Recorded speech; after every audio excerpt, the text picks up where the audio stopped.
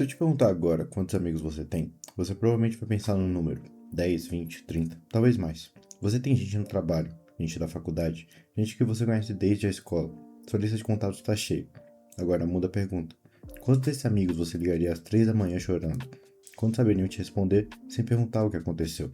Quantos conhecem a versão de você que ninguém posta em rede social nenhuma? O número mudou, né? Mais de 2000 anos atrás, um filósofo grego já sabia que isso ia acontecer.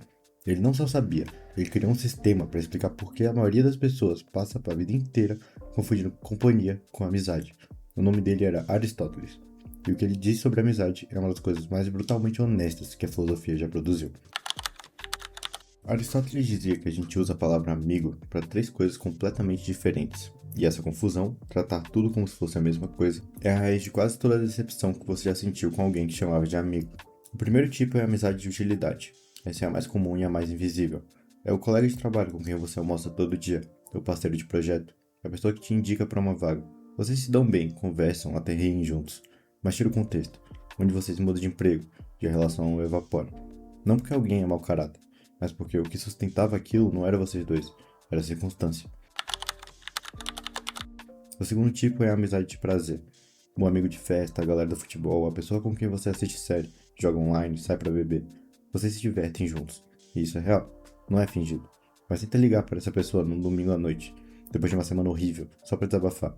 Na maioria das vezes a conversa não sabe ir para esse lugar, porque a base da relação é o prazer compartilhado, não o conhecimento mútuo.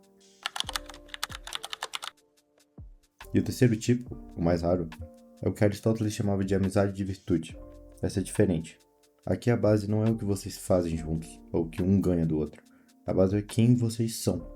Você admira o caráter daquela pessoa, ela admira o seu. Vocês se conhecem nos defeitos, nos dias ruins, nas decisões erradas, e ficam. Não por obrigação, não por diversão, mas porque existe um respeito que vai além da conveniência. E aqui está o ponto que dói. Aristóteles dizia que essa amizade existe três coisas: tempo, convivência e caráter. Não dá para acelerar, não dá para ter com todo mundo. Por definição, você só consegue ter muitas poucas amizades de virtude na vida. Muito poucas. E aí que a coisa fica incômoda, porque se você é honesto, brutalmente honesto, e passa a sua lista de amigos por esse filtro, a maioria cai nos dois primeiros tipos. Não porque são pessoas ruins, mas porque a relação nunca chegou nesse terceiro nível, nunca precisou, nunca foi testada. E a nossa época tornou isso ainda pior. O filósofo Byung-Chul Han tem uma tese que explica por que você sente que tem muitos amigos e ao mesmo tempo se sente tão sozinho.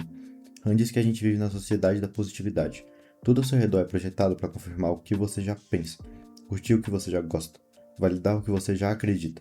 O algoritmo te mostra gente que concorda com você. Você segue quem te agrada, você silencia quem te incomoda. Aos poucos você se cercou de espelhos e chamou isso de comunidade. O problema é que a amizade de verdade precisa de uma coisa que a sociedade da positividade eliminou. O outro. Alguém que não é você. Alguém que pensa diferente, que te confronta, que te mostra o que você não quer ver. Não um inimigo, um amigo de verdade. É aquele que te diz as coisas que ninguém mais tem coragem de dizer. Lembra do que Aristóteles escreveu como amizade de virtude? Ela exige que duas pessoas se conheçam de verdade, inclusive nos defeitos. Isso pressupõe fricção, pressupõe desconforto, pressupõe alguém disposto a discordar de você cara a cara. E o que o mundo digital fez foi criar uma estrutura inteira onde isso não precisa mais acontecer. Você tem 500 conexões e nenhuma confrontação. Tem milhares de curtidas e nenhum amigo que te diz você tá errado. O Han chama isso de desaparecimento do outro. E é uma das coisas mais silenciosamente devastadoras da nossa época. Porque a solidão mais perigosa não é a de quem tá sozinho. É a de quem tá cercado de gente, não tem ninguém. É a pessoa com 300 seguidores, 50 curtidas e nenhum amigo que sabe que ela tá mal. A ilusão é essa. A era digital te deu uma sensação de abundância relacional. Você nunca teve tantos amigos e por isso você parou de perceber que não tem quase nenhum. Mas se a nossa realidade dificultou tanto a amizade verdadeira, como é que ela se parece quando funciona? Quando é testada de verdade? Tem uma história que mostra isso melhor do que qualquer tratado de filosofia. One Piece é, no fundo, uma história sobre amizade. Não amizade no sentido fofo, amizade no sentido aristotélico. Um grupo de pessoas que escolheu estar junto, que organiza a vida em torno um do outro, e que é testado repetidamente pelo pior que cada um carrega dentro de si. Os Chapéus de Palha são uma tripulação pequena. O Luffy, o capitão, tem uma coisa estranha. Ele quase nunca escolhe os companheiros pelo que eles fazem. Ele não recruta por utilidade. Rejeita gente absurdamente forte o tempo todo. Ele não recruta por prazer. Não tá montando um grupo de diversão. Ele escolhe por algo que Aristóteles reconhece imediatamente. Ele vê quem a pessoa é e decide que quer aquela pessoa ao lado dele. Mas a prova de fogo de tudo isso, o momento em que a amizade de virtude é testada de verdade, acontece em Water 7 e envolve o Usopp. O Usopp é o membro mais fraco da tripulação. Ele sabe disso, todo mundo sabe, e por muito tempo isso tá tudo bem. Ele compensa de outros jeitos, tem seu papel, é amado pelo grupo. Mas quando o navio deles, o Gon e Mary, precisa ser substituído porque não aguenta mais navegar, alguma coisa quebra dentro do Usopp. Porque aquele navio era a prova de que ele pertencia ali. Era o que ele podia cuidar. Sem o Mary, o que sobra dele? E o Usopp faz o que as pessoas inseguras fazem quando sentem que estão perdendo o lugar. Ele ataca. Ele desafia o Luffy, o capitão, o amigo, para uma luta. Não uma discussão, uma luta de verdade. Ele perde, claro, e sai da tripulação. Agora presta atenção no que o Luffy faz, porque é aqui que a filosofia aparece. O Luffy não vai atrás, não implora, não finge que tá tudo bem. Ele chora, chora de verdade, mas não cede. Porque aceitar o Usopp de volta, sem que ele reconheça o que fez, seria trair a relação. Seria tratar aquela amizade como algo que não tem consequência, que não existe responsabilidade. Seria reduzir aquilo a uma amizade de prazer. A gente se diverte junto, então tá tudo bem, volta quando quiser. Mas não é isso, é amizade de virtude. E a amizade de virtude exige que os dois lados sejam honestos, mesmo quando a honestidade dói. Mesmo quando seria mais fácil fingir que nada aconteceu. O Usopp viaja com ele disfarçado por um tempo. Todo mundo sabe que é ele, ninguém finge que não é, mas ninguém aceita ele de volta, porque ele não pediu de verdade. Até que chega o momento em que ele não aguenta mais e grita, chorando e desesperado, grita pedindo para voltar, pedindo desculpa, reconhecendo que errou. E a tripulação inteira chora junto e aceita, porque não era sobre punição, era sobre respeito. Respeito pela relação, respeito pelo que a amizade significa. E isso é ferro afiando ferro, não é conforto, não é passar a mão na cabeça. É exigir do outro o que ele é capaz de ser, e segurar o espaço para ele chegar lá. É o que Aristóteles descreveria como uma amizade que te torna melhor, que não te deixa ficar menor do que você é. E tem uma coisa que torna o Chapéu de Palha ainda mais interessantes. Eles não são só amigos que se encontram de vez em quando. Eles vivem juntos, comem juntos, dormem no mesmo navio. Escolheram organizar a vida inteira em torno dessa tripulação, como se alguém, 2300 anos atrás, já tivesse imaginado exatamente isso. Epicuro era um filósofo grego que viveu pouco depois de Aristóteles, e ele fez uma coisa que quase nenhum filósofo fez.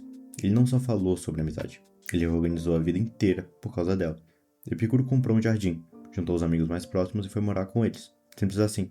Ele chamava aquilo de O Jardim. Não era uma comuna, não era uma seita. Era um grupo de amigos que decidiu que se a amizade é a coisa mais importante da vida, então a vida precisa ser construída em torno dela. Não do tempo que sobra, não quando dá, no centro.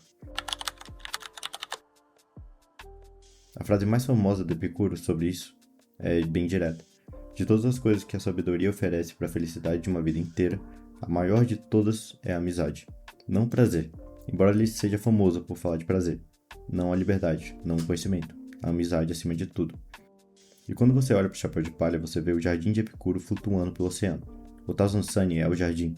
Um espaço físico onde um grupo pequeno de pessoas escolheu viver junto, com propósito compartilhado, cuidando um do outro. Cada chapéu de palha está ali por decisão. Ninguém foi obrigado, ninguém foi comprado. Eles organizam a existência deles em torno daquela tripulação.